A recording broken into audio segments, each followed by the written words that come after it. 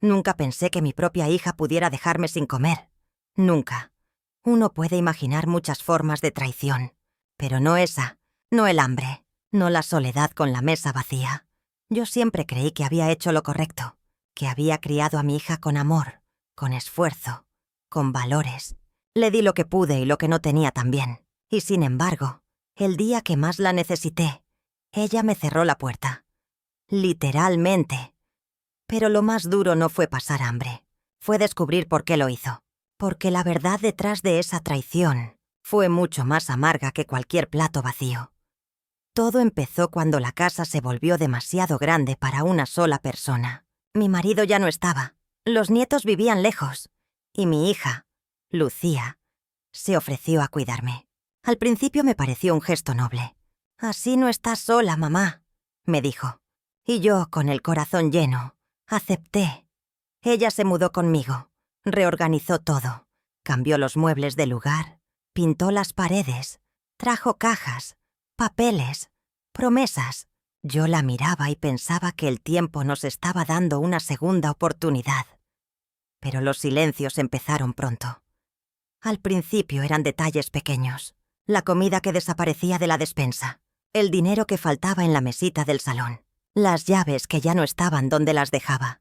Y sobre todo, su tono. Antes mi hija me hablaba con ternura. Ahora, cada palabra suya venía envuelta en prisa o impaciencia.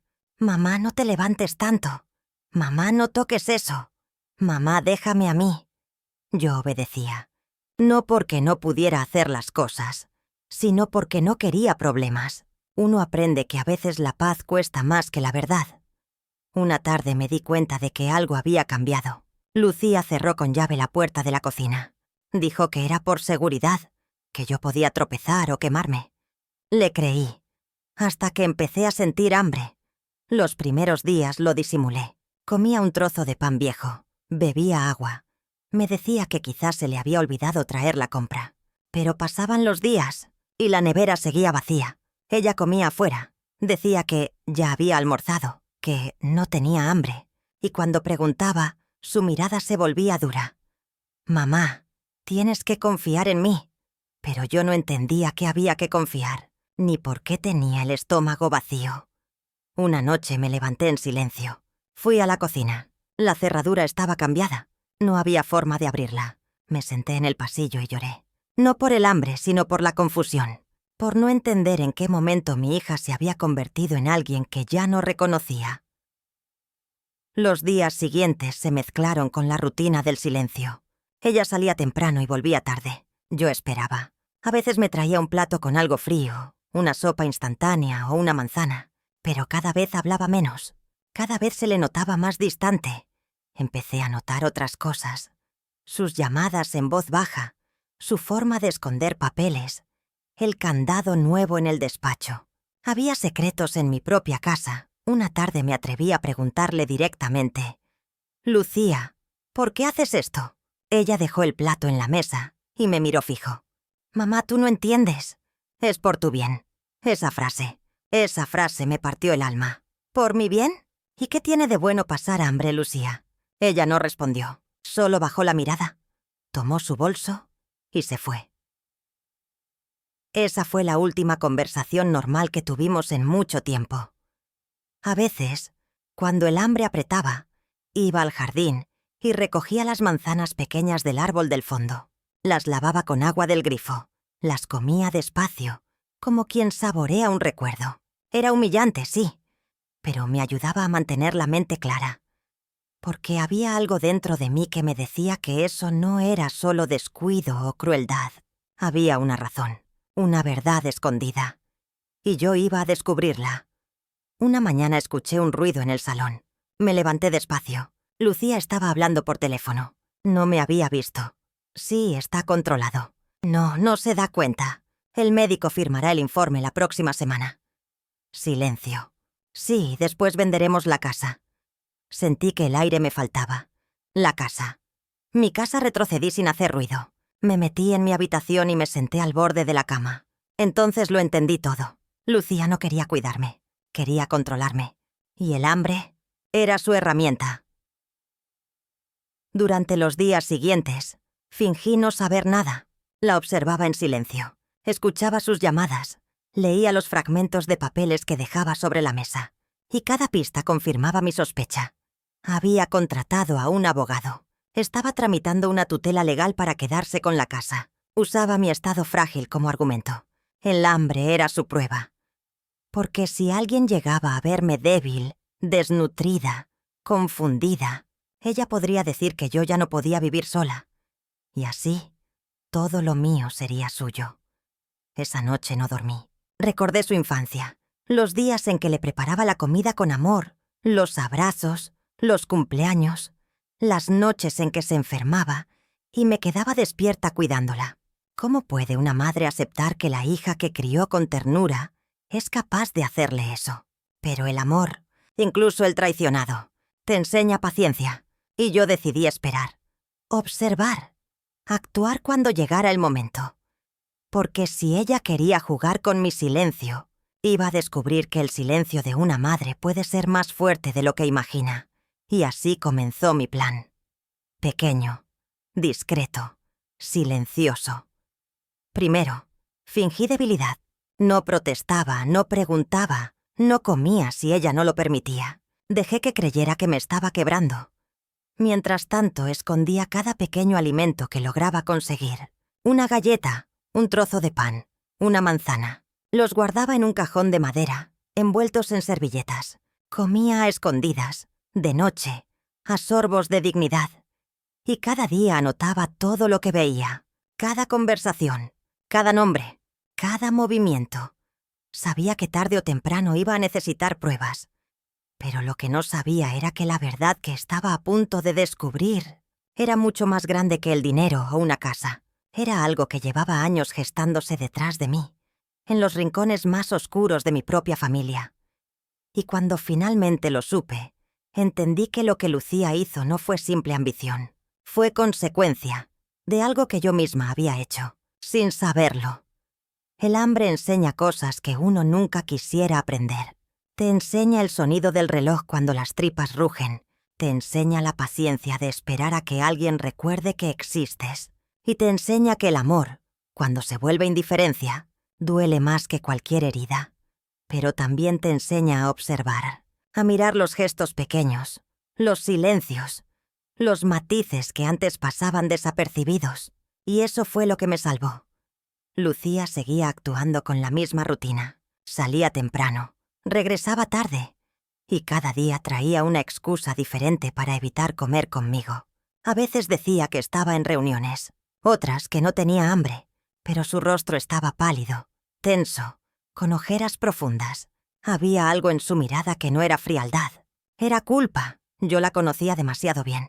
No era la crueldad de una hija sin corazón, era el gesto de alguien atrapado, y eso cambió todo.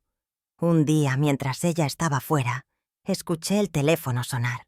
Era un número desconocido. Contesté sin pensar. Del otro lado, una voz grave dijo: «Dígale a su hija que el plazo termina el viernes. Si no paga ya sabe lo que pasará». Colgué. El corazón me dio un vuelco. Me quedé inmóvil, sosteniendo el auricular, con la mente hecha un torbellino. ¿Pagar? ¿Pagar qué? Cuando Lucía regresó, la enfrenté. Al principio lo negó todo, pero su mirada la traicionó. «¿Quién era?», pregunté. «¿De qué te están amenazando?». Se le humedecieron los ojos. No dijo nada. Solo se sentó y se cubrió la cara con las manos. Ese fue el momento en que supe que algo muy grave estaba ocurriendo. Esa noche no durmió. Yo la escuchaba caminar de un lado a otro, abriendo y cerrando cajones. Al amanecer entró en mi habitación. Tenía el rostro cansado, los ojos rojos. «Mamá, hay cosas que no puedo contarte». «Ya me hiciste pasar hambre, hija. No me digas ahora que tampoco puedo saber por qué». Guardó silencio largo rato, y entonces lo dijo. «Pedí dinero prestado». Mi mente se llenó de preguntas. «¿A quién?». «No puedo decirte». «¿Por qué?». «Porque fue para ti». Esa frase me dejó sin aliento. «¿Para mí?», asintió. «Hace meses me dijeron que había que pagar impuestos atrasados de la casa, que si no lo hacía podían embargarla. No te quise preocupar. Pero después, las cifras empezaron a crecer. Ya no era un trámite, mamá. Era una trampa. La escuchaba sin entender del todo. Ella hablaba rápido, desesperada, mezclando palabras, nombres, documentos. Firmé cosas que no debía. Pensé que podía arreglarlo, pero ahora me exigen más. Y si no pago, vienen por la casa. Por todo. Ahí lo entendí. Lucía no estaba intentando quitarme la casa. Estaba intentando salvarla. Pero lo había hecho mal. Muy mal. ¿Por qué no me dijiste antes? No quería que supieras que la arruiné. Pensé que podía resolverlo sola. Pero cuando vi que no alcanzaba, que venían a reclamar, que podían quitarte todo, tuve miedo. ¿Miedo de qué, Lucía? Miedo de que me odiaras. Esa frase me rompió por dentro, porque no había odio en mí, solo tristeza. Y detrás de ella una pregunta. ¿Y por qué no comía yo? Bajó la mirada. Porque no quería que hablaras con nadie. Si alguien te veía débil, confundida, ellos creerían que eras una anciana sola, vulnerable, y vendrían directamente por ti. Si te mantenía dentro, aislada, sin visitas, sin compras, sin vecinos, pensaban que estabas enferma, que no eras una amenaza. Así podía ganar tiempo. Silencio.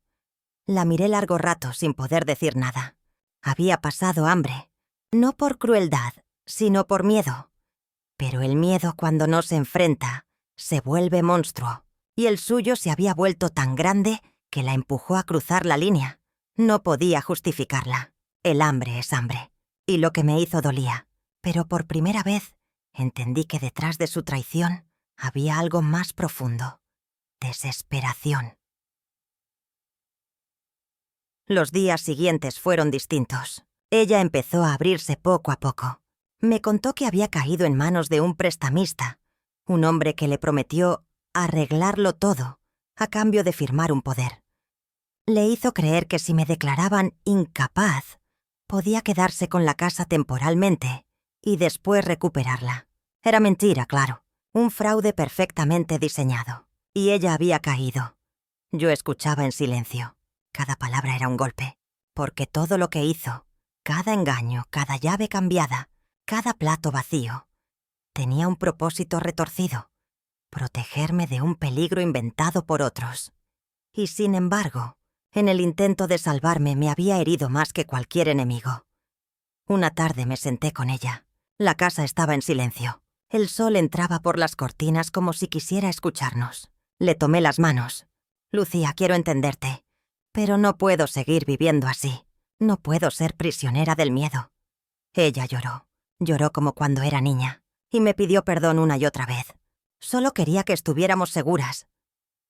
«Seguras no es lo mismo que encerradas», le dije. Empezamos a planear qué hacer. Ella guardaba todos los papeles, los contratos, los recibos de las transferencias. Los revisé uno por uno. Y algo me llamó la atención. En cada documento aparecía una firma, pero no era la suya. Era una imitación. Perfecta, pero falsa. «Lucía, esto no lo firmaste tú». «Sí lo hice». «No, hija. Mira el trazo. El tuyo no es así. Te falsificaron la firma». Su rostro cambió. Una mezcla de miedo y alivio. «Entonces, ¿yo no les debo nada?» «No, pero sí quieren algo. Quieren que lo creas». Esa noche entendí que el enemigo no era mi hija. Era alguien más. Alguien que la había manipulado desde el principio.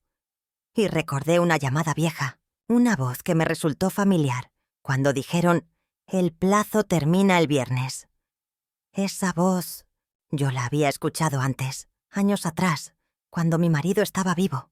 Un hombre que vino a ofrecernos un negocio seguro, un préstamo, unas inversiones, promesas que nunca se cumplieron. Él desapareció con el dinero, y nosotros casi perdemos todo. Y ahora, décadas después, la misma voz volvía a llamar, solo que esta vez no iba por nosotros dos, iba por mi hija. Al día siguiente la confronté. «Lucía, ¿recuerdas el nombre del hombre que te prestó el dinero?» Asintió. Lo anotó en un papel. Y cuando lo vi, el corazón me dio un salto. Era el mismo apellido, el mismo estafador de hace 30 años. Solo que ahora tenía una empresa, una fachada legal y nuevos métodos. Pero el mismo rostro, El mismo cinismo. Ahí lo entendí todo. Mi hija no me traicionó por egoísmo. Fue víctima de la misma trampa que casi nos destruyó una vez. Solo que esta vez yo ya no iba a permitirlo. Le pedí calma. Lucía, ya no actúes. No firmes nada más. No respondas llamadas. Déjame a mí. Ella me miró confundida. ¿A ti? ¿Qué vas a hacer? Lo que una madre siempre hace cuando tocan a su hija. Defenderla, aunque ya no tenga fuerzas. Esa noche, volví a sacar del cajón mis viejos cuadernos, mis anotaciones de los días del hambre, las llamadas, los nombres, los detalles, cada cosa que escribí sin saber para qué. Ahora tenía sentido. Era un mapa, una historia documentada, una trampa que podía desenmascararse, y por primera vez en mucho tiempo, no sentí miedo, sentí propósito. Porque si aquel hombre había jugado con mi familia 2 veces, esta vez sería él quien pasara hambre. Hambre de poder, de control, de impunidad. Y yo, la mujer a la que dejaron sin comer, iba a ser quien le cerrara la boca. Hay heridas que el tiempo no cura, solo las cubre con silencio. Y cuando alguien las toca, vuelven a sangrar igual que el primer día. Eso fue lo que sentí cuando leí ese nombre. El mismo apellido, la misma voz disfrazada de cortesía, el mismo hombre que décadas atrás nos prometió estabilidad y casi nos deja sin casa. No podía creer que después de tantos años siguiera envenenando vidas. Y ahora lo había hecho con mi hija. Pero lo que él no sabía era que esta vez no trataba con la misma mujer que una vez creyó ingenua. No. Esta vez trataba con alguien que había aprendido a sobrevivir al hambre, al miedo y a la mentira. Pasé varios días recordando todo lo que había ocurrido años atrás. Era como abrir una caja de recuerdos que huelen a polvo y traición. Mi marido, en paz esté donde quiera que esté, había confiado en ese hombre. Se hacía llamar Ramiro Villalba, un empresario que hablaba de inversiones seguras. Decía que el gobierno necesitaba apoyo ciudadano para construir nuevas viviendas, que el retorno sería alto y rápido.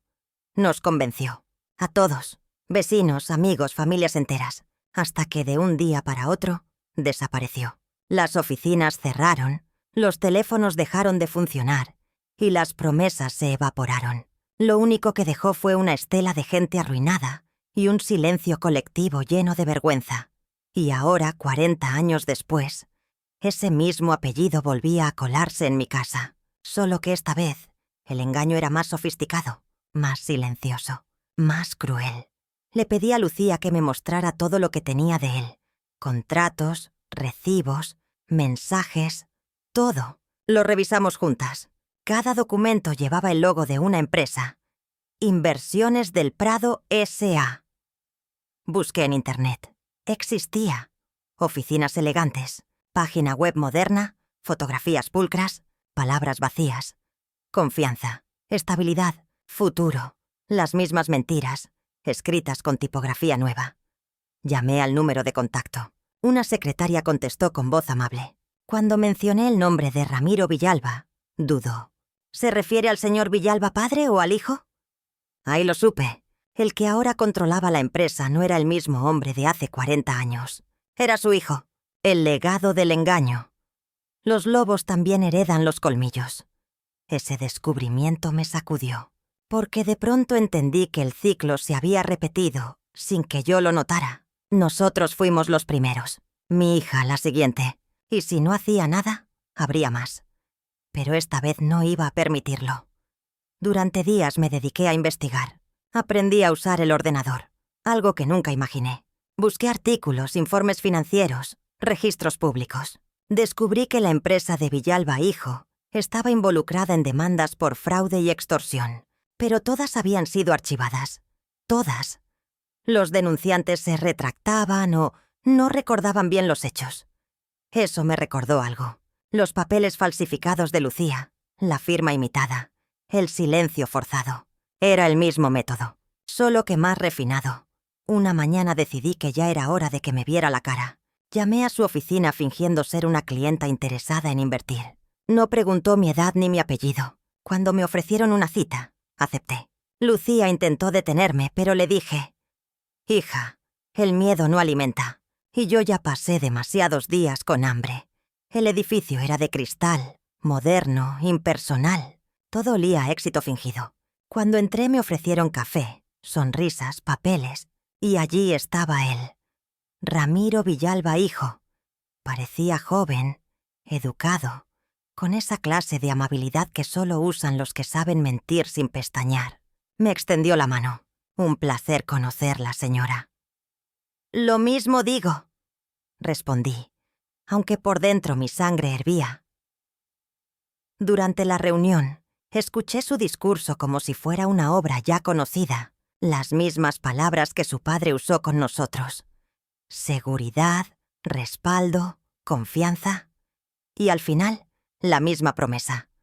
Usted solo firme aquí, y su futuro estará garantizado. Lo miré a los ojos y sonreí. ¿Está seguro de eso, señor Villalba? Lo digo porque hace 40 años su padre dijo lo mismo, y casi nos deja sin casa. El silencio cayó como un trueno. Por un instante su sonrisa se congeló, y luego fingió sorpresa. No sé de qué habla. Claro que sí, yo sí lo sé. Lo recuerdo perfectamente. Se inclinó hacia mí, con voz baja. Le aconsejo que no hable de cosas que no puede probar. ¿Probar? Repetí. Saqué una carpeta de mi bolso. Dentro, las copias de los documentos de Lucía. Firmas, sellos, transferencias, llamadas registradas. Y al final, un nombre. El suyo. Su rostro cambió. Esto es un malentendido. No, es un patrón. Igual que el de su padre. Me levanté despacio. Yo no vengo a pedir nada, señor Villalba. Solo vine a avisarle que esta vez no se saldrá con la suya. Salí antes de que respondiera, y mientras el ascensor bajaba, sentí algo dentro de mí. Una calma nueva. Esa que llega cuando el miedo deja de tener sentido. Esa misma noche, Lucía y yo recibimos un correo anónimo. No tenía texto, solo un enlace. Lo abrimos juntas. Era un video. En él se veía una reunión grabada con cámara oculta. Villalba hablando con un abogado. Decían que necesitaban presionar un poco más a la mujer para que firme. Hablaban de mí, de Lucía, de nuestra casa. El video duraba apenas 3 minutos, pero bastaba para destruirlo. No sabíamos quién lo había enviado. Tal vez alguien dentro de su empresa, o alguien más que también había sido engañado. No importaba. Era la prueba que necesitábamos. Llamé a un periodista que conocí hace años, cuando trabajaba en la biblioteca municipal. Un hombre serio, discreto, al que le gustaban las historias bien contadas. Le envié el video. Le expliqué todo. Esto puede ser peligroso, dijo. Sí, respondí. Pero el peligro ya lo tenemos encima. Prefiero enfrentarlo de pie. Esa semana el video se filtró. Se hizo viral. No hubo titulares escandalosos, pero sí suficientes preguntas. La prensa empezó a investigar. Los inversores se retiraron. Y Villalba desapareció por motivos de salud. El ciclo, por fin, se rompía. Lucía volvió a comer conmigo después de mucho tiempo. Esa primera cena fue silenciosa pero cálida. Había tanto que decir, y tan poco que necesitara palabras. Me miró y sonrió con timidez. Mamá, gracias. ¿Por qué? Por no rendirte, aunque yo sí lo hice. Le acaricié la mano. No te rendiste, hija. Te perdiste. No es lo mismo. Perderse es humano. Pero tener hambre y seguir buscando, eso es sobrevivir. Los días siguientes fueron tranquilos. La casa volvió a oler a comida, a pan caliente, a café de verdad. Cada vez que servía un plato, lo hacía despacio, como si estuviera sirviendo perdón. El hambre ya no estaba en el estómago. Se había ido, pero aún quedaba una sensación extraña en el aire. Una pregunta sin respuesta. ¿Quién había enviado el video? No era el periodista. No era un amigo. No era nadie que conociéramos. Hasta que, una mañana, recibí un sobre en el buzón. Dentro, una sola hoja. Gracias por terminar lo que empezaste hace 40 años. Y al pie, una inicial. R.B. Villalba. El padre. Mi cuerpo se estremeció. ¿Seguía vivo?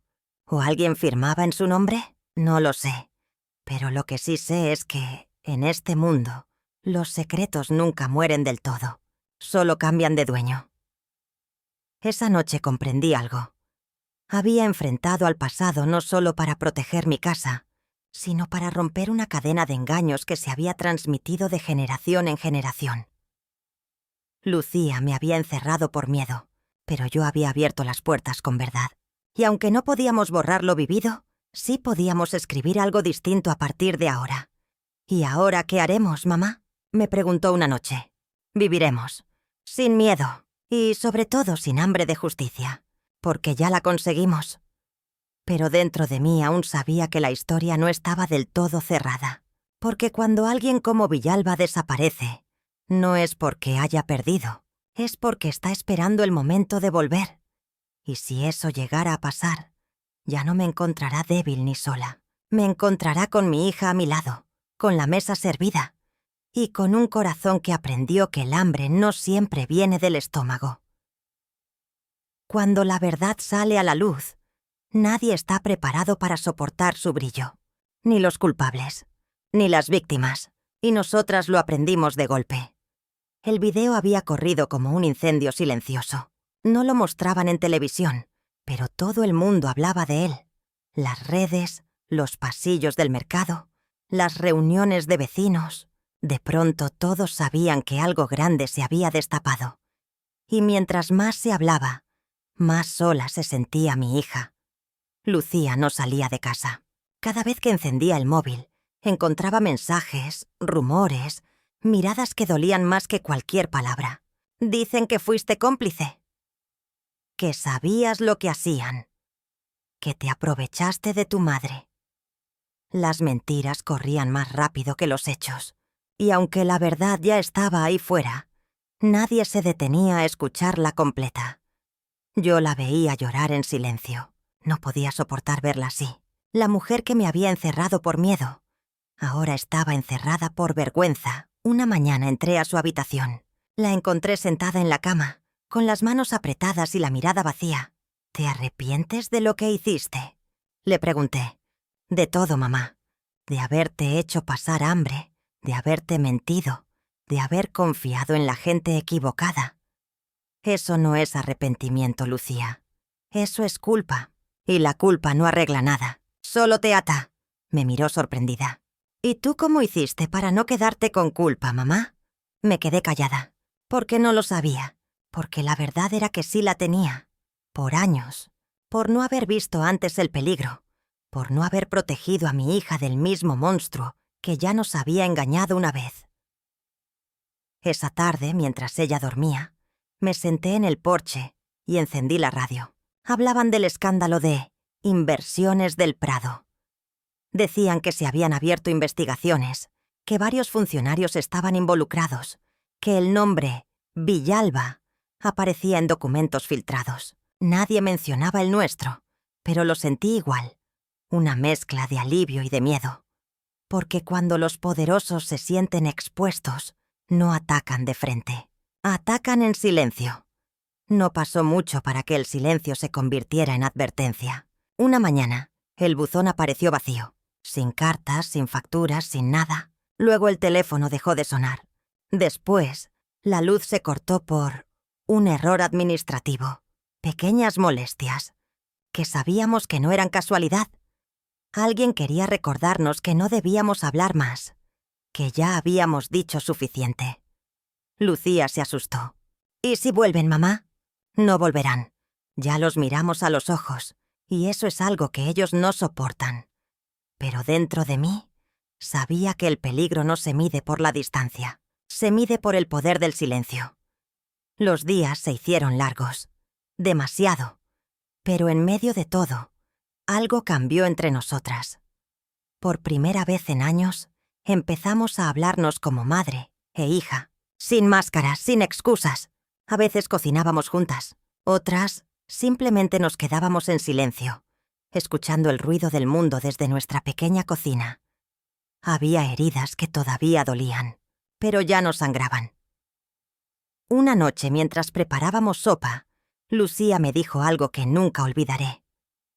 «Mamá, creo que lo peor no fue dejarte sin comer, fue dejarte sin voz». Y tenía razón, porque el hambre se pasa, Pero el silencio impuesto deja cicatrices invisibles. Empezamos a recibir llamadas de periodistas. Querían entrevistas, declaraciones, fotos. Ofrecían dinero, promesas, exposición. Lucía los rechazaba todos. Ya no quiero que hablen de nosotras. Pero yo sabía que quedarse calladas era dejar que otros contaran la historia a su manera. Así que una mañana tomé el teléfono. Llamé al mismo periodista que publicó el video y le dije: «Esta vez, déjeme hablar». Nos reunimos en su pequeña redacción, una oficina llena de papeles, olor a café y honestidad. Le conté todo, sin dramatismo, sin heroísmo, solo la verdad. Los días sin comida, las noches de miedo, las llamadas, el engaño y la historia vieja de Villalba. El periodista grabó en silencio, sin interrumpirme. Cuando terminé me dio las gracias. ¿Quiere que la publique con su nombre? Asentí. Sí, porque si me atreví a vivirlo, también puedo atreverme a contarlo. La entrevista salió una semana después. No fue un escándalo. Fue algo más poderoso. Una historia humana. Una historia de hambre y perdón, de miedo y resistencia. El público reaccionó distinto. Ya no éramos el centro de la polémica. Éramos un espejo. Y la gente empezó a ver en nosotras sus propias heridas. Yo también tuve que perdonar algo así, decían los comentarios. Yo también pasé hambre, pero no de comida, de amor. Y entendí que nuestra historia, por dolorosa que fuera, había servido para que otros encontraran su voz. Sin embargo, el poder no perdona fácilmente. A las pocas semanas, un inspector municipal llegó a la casa con un sobre. Dentro, una orden de revisión fiscal. Una auditoría, sin motivo aparente. Otra manera de intimidar. Lucía se asustó. ¿Otra vez quieren quitarnos todo? No, hija. Solo quieren que tengamos miedo. Y el miedo es el único impuesto que no pienso volver a pagar. Así que preparé todos los documentos. Cada recibo, cada contrato, cada prueba. Los puse en orden. Y cuando el inspector llegó, se los entregué en silencio. Revisó todo. No encontró nada. Antes de irse me miró con cierta vergüenza. «Disculpe, señora. Solo cumplo órdenes».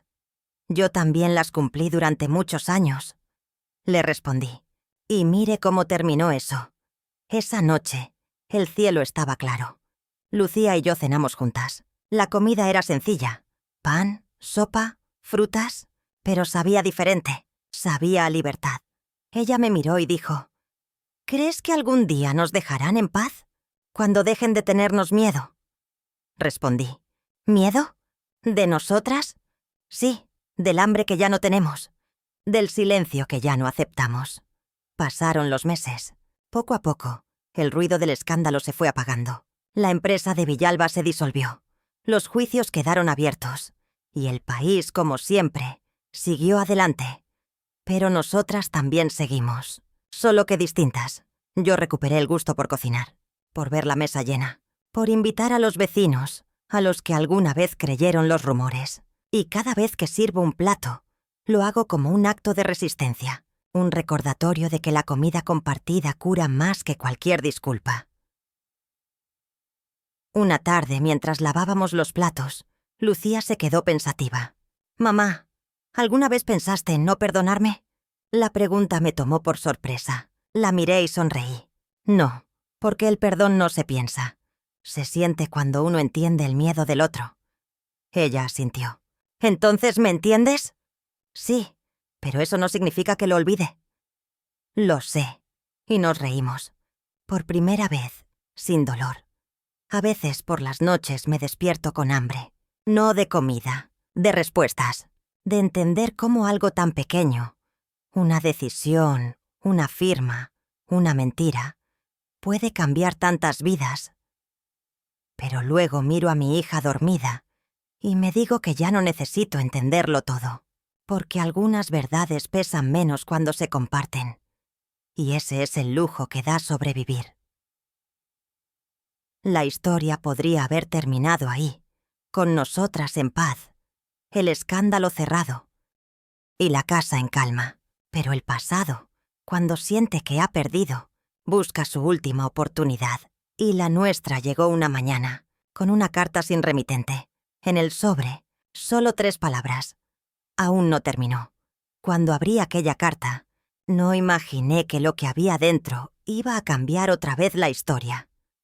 Las palabras eran pocas, pero el peso que traían encima era suficiente para devolverme todos los fantasmas. Aún no terminó. Sin firma, sin fecha, solo esas 3 palabras, como una voz que viene de un lugar donde el pasado todavía respira. Lucía la leyó en silencio. Su rostro se tensó. ¿Qué significa esto? No lo sé, hija, pero quien la escribió sabía que íbamos a entenderlo. Durante días, la carta quedó sobre la mesa, como si esperara respuesta. Yo trataba de ignorarla, pero era imposible. Cada vez que pasaba frente a ella, sentía que me observaba, como si me recordara que la historia, por más cerrada que parezca, siempre deja una grieta. Una tarde, mientras Lucía hacía la compra, el teléfono sonó. Un número desconocido. Contesté. Una voz de hombre, grave, tranquila. ¿Señora Emilia Vargas? Sí, ¿quién habla? Llámeme Daniel Villalba. El apellido me atravesó el pecho como un relámpago. Villalba. Otra vez.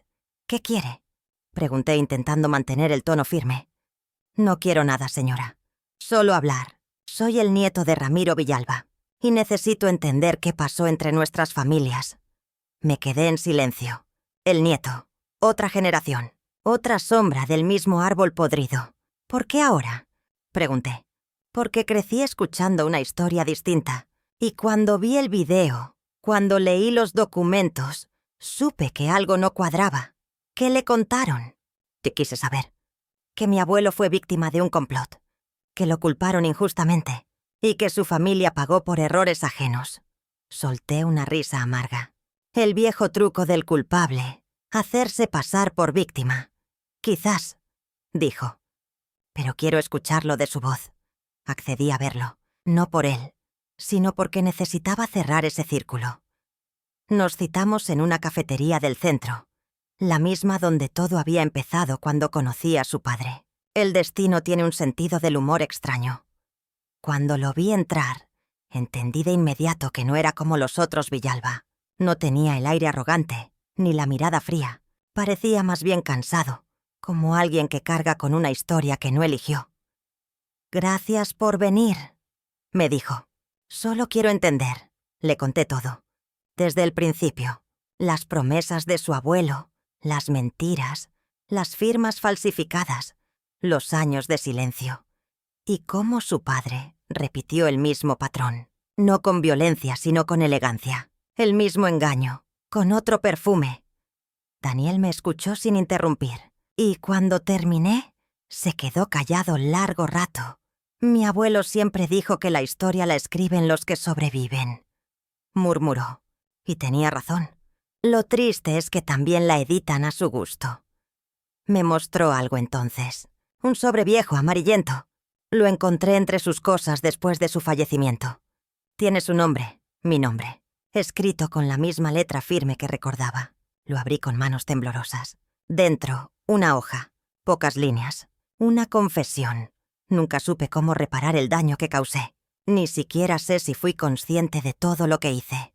Pero el miedo al hambre me convirtió en alguien capaz de robarle el pan a otros. Si alguna vez la vida te permite leer esto, sabrás que todo lo que quise fue poder.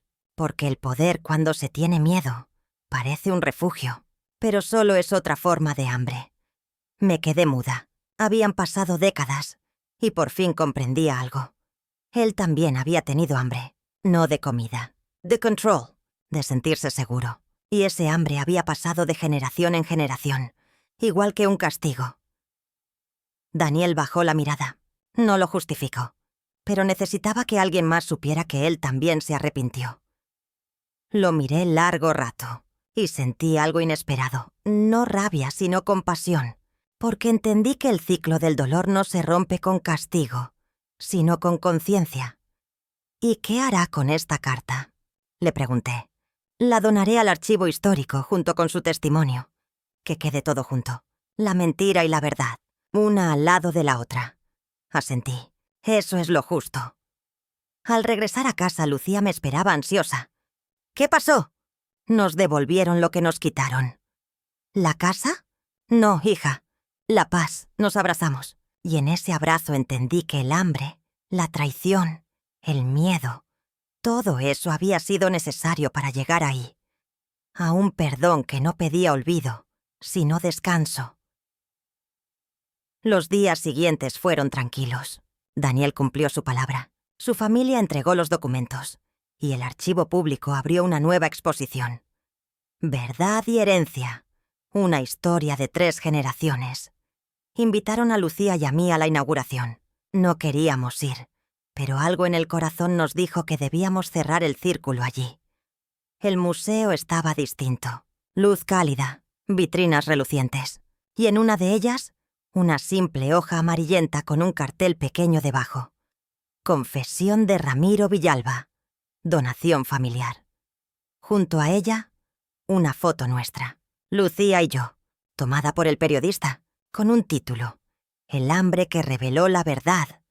Me quedé mirándola largo rato, no por vanidad, sino porque esa imagen, sin quererlo, contenía todo.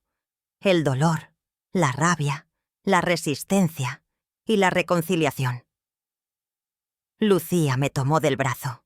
«Mamá, ¿te das cuenta? Nuestra historia ya no es solo nuestra». «Eso es lo que pasa cuando se cuenta la verdad, hija. Deja de pertenecerte», sonrió, «y pensar que todo empezó con una despensa vacía». Sí, a veces el hambre abre más puertas que el pan. Salimos del museo caminando despacio. El sol caía sobre la ciudad y el aire olía a vida nueva. Por primera vez en mucho tiempo, sentí que el pasado estaba en su lugar. No borrado, no idealizado, sino comprendido. Y esa es la forma más silenciosa de justicia. Ahora, cuando alguien me pregunta si alguna vez volví a sentir hambre, respondo que no, porque aprendí que el hambre no solo vive en el cuerpo, vive en el alma, y se calma solo cuando uno deja de buscar culpables y empieza a buscar sentido. Lucía y yo seguimos viviendo en la misma casa. A veces cocinamos juntas, otras solo tomamos té y hablamos del tiempo. Ya no necesitamos entenderlo todo. Nos basta con saber que sobrevivimos y que no lo hicimos por casualidad. Cada tanto vuelvo a leer la carta del viejo Villalba, no por rencor, sino para recordarme que incluso los monstruos tienen miedo y que el poder que tanto buscan no es más que una forma desesperada de llenar su propio vacío. Lo leo y sonrío, porque yo también tuve hambre, pero no de poder, sino de amor, de dignidad, de justicia, y aunque tardé toda una vida en saciarla, al fin lo logré. Si esta historia deja algo, no quiero que sea la pena ni la rabia. Quiero que sea una lección sencilla. A veces las personas hacen daño no porque no amen, sino porque tienen miedo, y el miedo mal gestionado se convierte en hambre. Hambre de control, hambre de no volver a perder, hambre de ser escuchado. Pero cuando ese hambre se enfrenta con compasión, cuando alguien se atreve a romper el ciclo, todo cambia.